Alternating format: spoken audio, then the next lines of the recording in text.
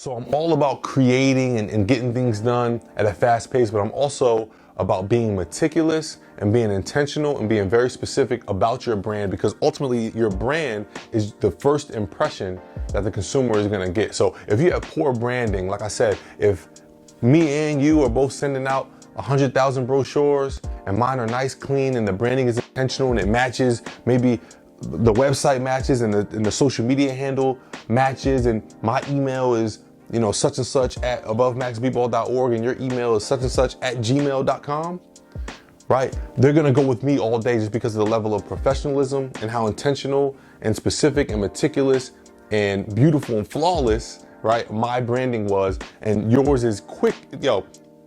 Everyone is constantly bombarded with content.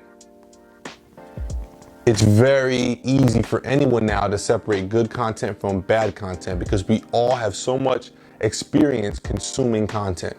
So if you put out bad content, bad branding, bad marketing, you're gonna always lose to a company, even if your product is better, even if your mission is better, even if you do more in the community, right? You're still putting yourself at risk of losing to a company that has strong branding and marketing. So I just wanted to speak briefly about the importance of branding and marketing, because the next several lessons are going to talk about different parts of branding and marketing: web design, social media, digital marketing and email marketing, creating marketing materials, designing your logo, right? These are all things that kind of fall under branding and marketing. And as we get into the gritty details, it's important that you know the importance of branding and marketing. Don't skimp out on this. Don't skimp out on your logo. Pay the money for a good logo, right? This is your identity. I'm off. It might be time to wrap it up today. This is your identity, right? Your colors. Choose. Don't be red this month and blue next month. Your fonts. Don't just choose the first font in the list. When you click the drop down, don't just pick Arial, right? The first font. Find a font that really embodies your brand, your mission, your values. Okay, we're talking about, again, your mission even. That's part of your brand. If people know you're in the community, then you gotta align with community people. You can't say, oh, I'm in the community, but you're aligning with other businesses, you're advertising places that aren't for their community, right? You can't say, oh, I'm all about giving back, but you align with companies or you brand and market in places that are about taking, not giving, right? So all of this kind of stuff is important. Consistency is key. Branding, I'm gonna put consistent. And marketing, I'm gonna put persistent.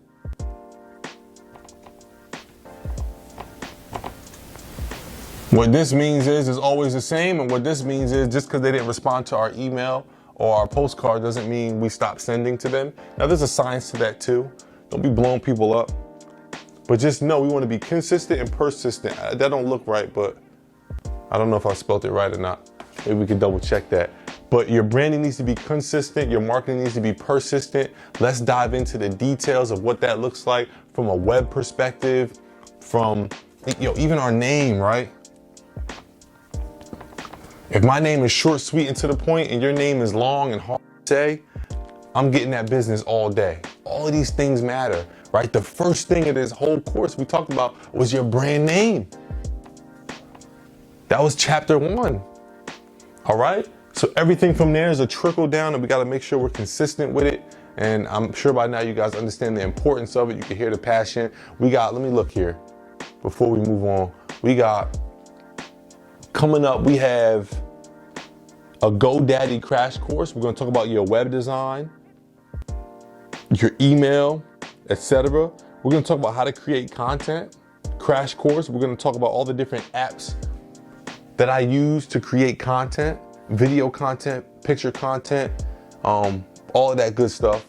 Learning how to do it yourself, saving money on having to pay graphic designers and videographers and photographers. After that is social media, right? All this is branding and marketing, every single piece. After that is social media scheduling that has its own course, building an email list and email marketing, all still branding. We have initial photo video shoot, lesson 13, lesson 12, email etiquette and writing copy. All of that is branding and marketing. We literally have 6 more lessons on branding and marketing before we get to memorializing everything and we get back to some more admin skills and strategies that we can adapt as entrepreneurs and business professionals to grow our business.